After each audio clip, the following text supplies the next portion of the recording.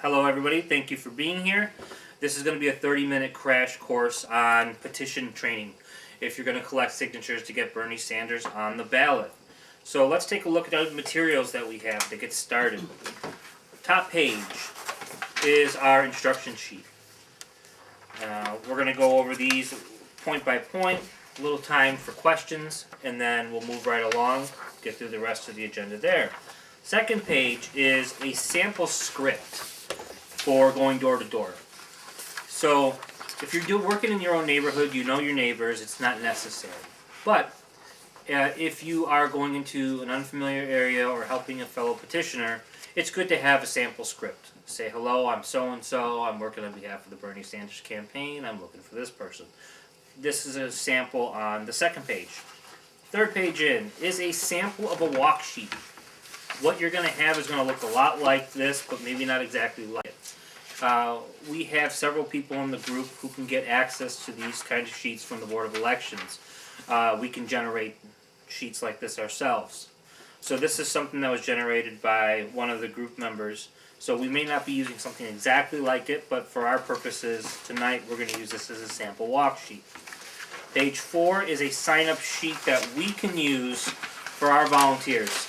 Or people that want to get more involved, because somebody may sign the petition for Bernie and may not have been aware that there's been a group anywhere. So if they're very excited, they want to get involved, we can take their contact information on this sheet, follow up with them, add them to our email list, and plug them into the campaign. Page 5 is a sample petition. This is from the 2012 New York State Democratic presidential primary, or the Democratic presidential petition in 2012. Ours isn't going to look exactly like it, but it's going to look a lot like this. So for our purposes tonight, this is what we're using. If you understand how this works, whatever you see later on, you're going to be able to make sense of it, no problem. And lastly is a voter registration form. We've spent enough time working with these that I don't have to explain that any further. Anybody missing any materials? Everybody's got what they need? All right. So I'm just going to jump right into it and start with number 1.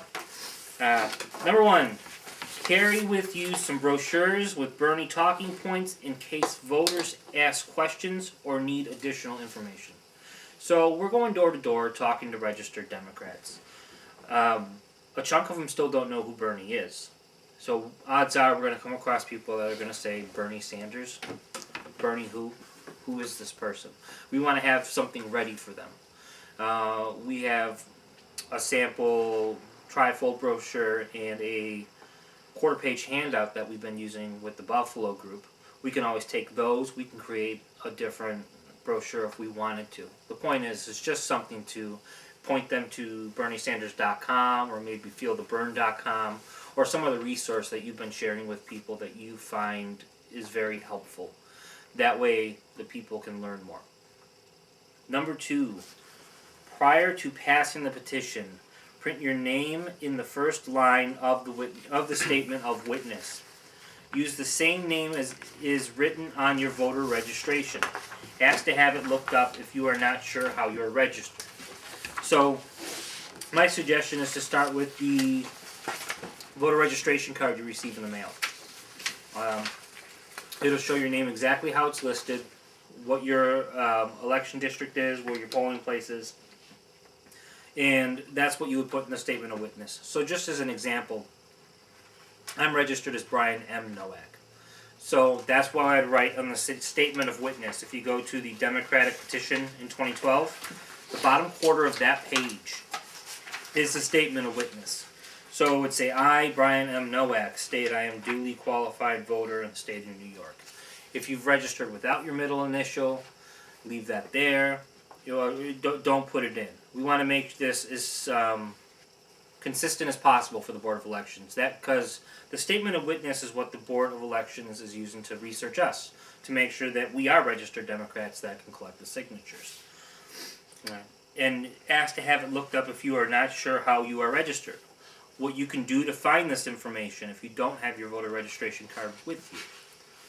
And it's just as a point of note, if you go to vote, you don't necessarily need your voter registration card in the polls. You don't need an ID. You don't need voter registration card. As long as you sign the book, you are allowed to vote. It's that simple. So if you don't have your voter registration card, do not worry. You can go to canivote.org, and that'll show your name as it's listed at the Board of Elections, canivote.org. That's something we're going to use later on to verify our election districts. So moving on to 3. Put the date in the first or next line of the actual petition so the signer will not have to. If you could, go to the Democratic Party designating petition page and take a look at the 4 columns that are there. 1, 2, 3, and 4. Now, of the 4 columns, legally, according to Board of Elections, statutes and all that, we can fill out 3 of the 4 spaces. We are allowed to put in the day's date, we can fill in their address, and we can fill their town or city. We cannot sign for them. Of course we wouldn't want to sign for them. It's very important that they sign for themselves. But the advantage of putting in the dates, going door to door, is 2 things. 1, we make sure that our information is accurate, and it's easier to clean the petitions up later on. And 2, we're doing the work for the voter, making this as convenient as possible. We're bothering them in the middle of something that they didn't want us to, a TV show or something, or we're coming to the door and they'd rather not see us. So if we can make this process as easy for them, they're probably going to like us more. So my suggestion is, before you go to the next house and you're going to knock, put whatever the date is, for example January 1st, and have them sign and say, okay, I can fill out the rest of this now. The walk sheets, 3rd page in, they give us their address, their town and their city, or their city, everything else we need here on the walk sheet. So let's say, for example, we're dealing with the 3rd voter from the top. We would put the date in, we would ask her to sign, then we would put her residence for her and her town or city for her. And we'll deal with this again later on. But another advantage of us filling this out for the voter is they may not put the right town or city in that box. If they put the wrong town or city, the signature is invalid. Everything has to be accurate.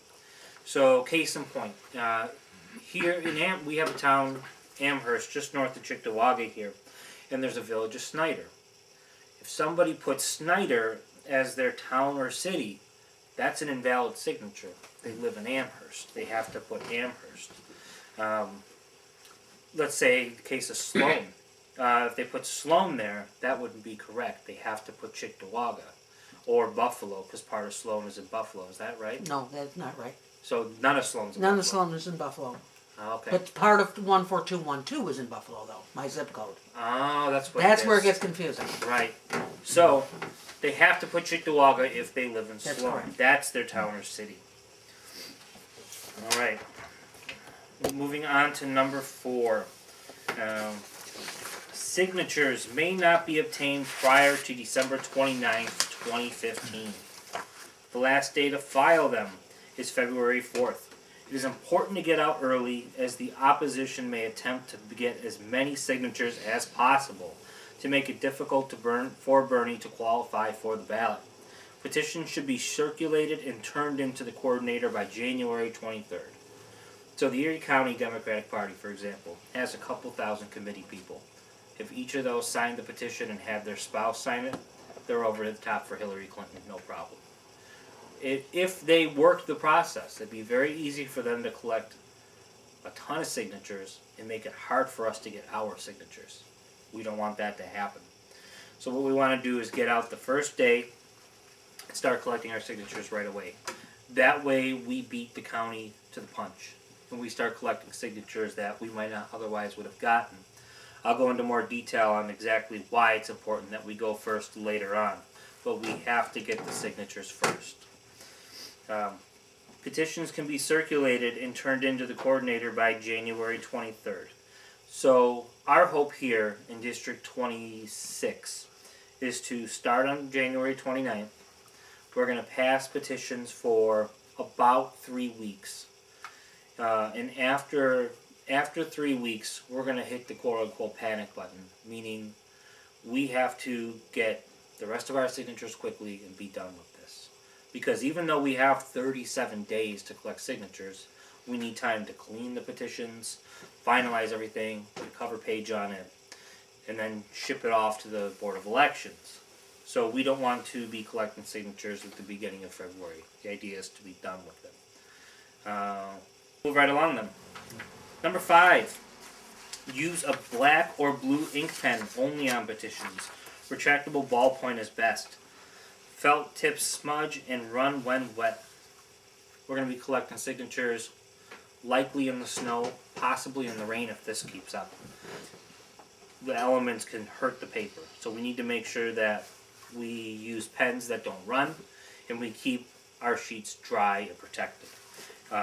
Which gets us to number 6. Use Mylar or other plastic over the petitions to protect them from the elements. So if we're going along like this and we get some water on the page, our whole sheet is screwed up. We would have to go back to 10, 11 houses maybe, depending on how far down. Or if you're me and you spill coffee on the petition, best to have a plastic sheet to protect you from snow or drink spills or rain or whatever it is, right? 7. Only registered Democratic voters in the election district on your walk sheets should sign the petitions. Circulate the petition to people on your voter list. If the person you speak to is not listed on the voter list, they may not be eligible to sign. Their signature will probably be disregarded. Take the signature anyways. Just a couple examples. Let's say you come to my door and I have a friend who lives somewhere else in this congressional district. And he says, oh, I live over on Lawson Road, or I live, on the east side of Buffalo. That's the right congressional district. He says he's a registered Democrat. He says he can vote. You can get the signature. The reason why we're going for much more than 500 is because some of them might be kicked off. If we go outside a grocery store, for example, goodness knows who is what. If somebody's like, yeah, I'm a Democrat, they might not even know, and they might sign the petition. The chances of signatures being invalid increase. Mm-hmm. Going door to door, we have a validation that they've been registered Democrats at the time we pulled the sheets, which is going to be right before we start doing the walk. We're going to know who's registered Democrats. As long as the people say, yes, I'm John Smith, and we see John Smith on our petition, he looks 40, petition says he should be 40, we have the right person. They can sign. If somebody says they're a Democrat at a guest house, get that signature. Worst case, it's kicked off. Because if we get 2,000 signatures, which is our goal, and they kick off some of the signatures, we still have more than 500 to meet the minimum. So when in doubt, get the signature. If you know for certainty they aren't a Democrat, if they know I'm registered in the Green Party, or if somebody is just giving us a hard time or pulling our leg, if your gut says don't get the signature, that's alright, don't get it, And we'll talk later on if you get an invalid signature or a messed up signature, how we deal with that. But my suggestion is when in doubt, get the signature, but if your gut says don't take it, don't take it. 8. If a person at the address you are at is not a registered voter, you can give them a registration form to complete and send in. People move and we need to register the new occupants. People move all the time. In the last 5 years, I'm sure 2 or 3 of us have moved, not even including you, But people move all the time. We need to register new voters at their new address, or existing voters at new addresses. That's why we have voter registration forms in our stack, right? If we're working in Erie County, you see that they're stamped already. Anyone working outside of Erie County or crossing counties, make sure that you have the right county board of elections on your forms. Or if they're blank, making sure that all that's proper. Because we don't want to send my form to Niagara County Board of Elections because that's not going to help them. I live in Erie. Number 9, you may not sign your own petition, but you can sign someone else's petition. If you are going out in pairs, each of you can sign the other's petition, but do not sign more than one petition as a voter. Do not sign or witness a petition for any other candidate for president. So long and short, you're allowed to sign this petition too, but you can't be your own witness to it. Makes sense, right? So if we're working in pairs, let's say let's say Brett and Sandy are working together. Sign each other's petition as your first signature, and then get the petitions back. Start going out to collect more signatures. Right? We need to make sure that everybody that is passing petitions signs one first off. And like I told yesterday's group, know exactly what day you signed a petition, whose petition it was, what it smelled like outside, what the temperature was, what song you heard. You just know which petition you signed, so that way we don't have duplicate signatures from the petition collectors themselves. Obviously, if somebody came to the door collecting signatures for O'Malley or for Hillary Clinton, we're passing for Bernie. We don't want to sign their petitions, right? 10. Signing a petition is not an indication that the voter intends to support the candidate listed at the next election, but their signature only gives the candidate the right to run in the Democratic primary election on April 19th, 2016. Since we have a secret ballot, no one can know how they actually vote. Big question we're going to get from younger people for this especially is, what does this mean? What am I doing by signing this petition? All they're doing is saying Bernie Sanders can be on the Democratic primary ballot to run for president. They don't have to vote for Bernie. They can change their mind later on if they don't like Bernie anymore. Then nothing else. They're obliged to do nothing. All they're saying is Bernie can be on the ballot. And I think that's something important for us to explain to everybody. Oh, what is this for? Just to get Bernie on the ballot. Well, I don't like Bernie. Well, if you hate him so much, get him on the ballot so you can vote against him, You're a registered Democrat, Did the Hillary people come get your signature? Did the O'Malley people come? Did anybody else? No. Just sign this for us so that way you can vote against him on April 19th. Even if they are not a Bernie supporter, but they are a registered Democrat, they can sign. If they are a registered Democrat in the state of New York, they can sign this petition. It's really that simple. But they have to live in that district that they're signing it. So they have to be a resident of 26 or 27 if they're signing 26 or 27's petition. As long as they're a registered, let me say that more clearly. As long as they're a registered Democrat in the congressional district that you're collecting for, they can sign the petition, right? As far as collecting petition signatures, any registered Democrat in the state of New York can pass a petition. So Chris can go to any place he wants to in the state of New York and collect signatures. 11. Signers can only sign one petition for president. If more petitions are signed, only the earliest signature will be counted. So here's an example. We go to the door and somebody says, oh, I saw the O'Malley people. And they were here about a week ago. And you say, did you sign anything for them? And they say, I don't remember. When in doubt, get the signature. If they did sign for O'Malley, O'Malley will get that signature, we will not. Mm-hmm. They can only sign one valid petition, that one sticks, 12. You must actually see and witness the person signing the petition. Do not allow the petition to be taken away from you unless you go with it for the signature. A husband may not sign for his wife or children and vice versa. So the example I've been using lately is you go to the door and you're looking for a 30-year-old female. She's there. She signs the petition.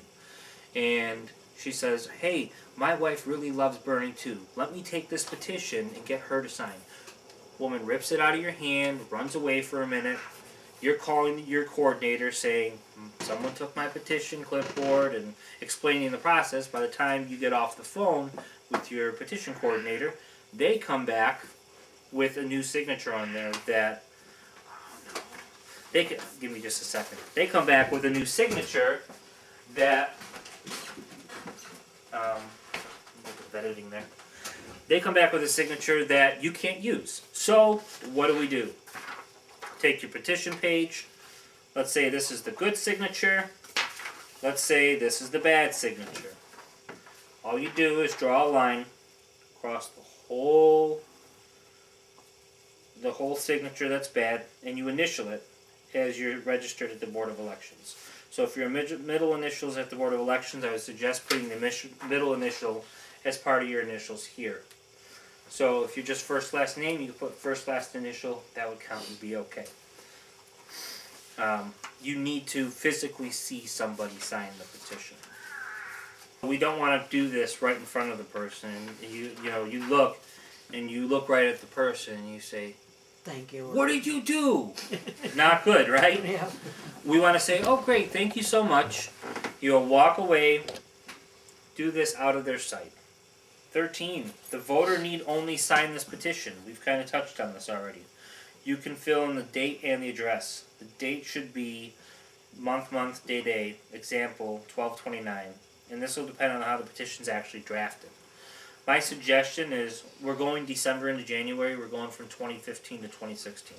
We want to try to keep the dating as consistent as possible. So if we go from 12 going to January, let's write 01. Just to keep it uniform and simple and say every single one is 2 digits for the day, the month, the day, and the year. And the years might be filled out for us. We don't know exactly how that's going to look like. This petition was passed in beginning of 2012, so they didn't cross years. This time, for some reason, we are. One of the hurdles we have to jump. And we can fill it out before handing it to the voter. The state. It's very important that we do that. If you can't do it 100% of the time, that's okay. Consider it standard practice, and it's a way to make sure that we have gotten the signature first. So we want to always write the day's date in there. We'll know what it is better than they will. How many people actually get the newspaper or are looking at the date on their phone.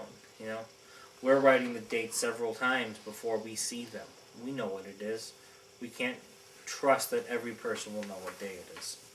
And if they put the wrong day, we might lose a valid signature.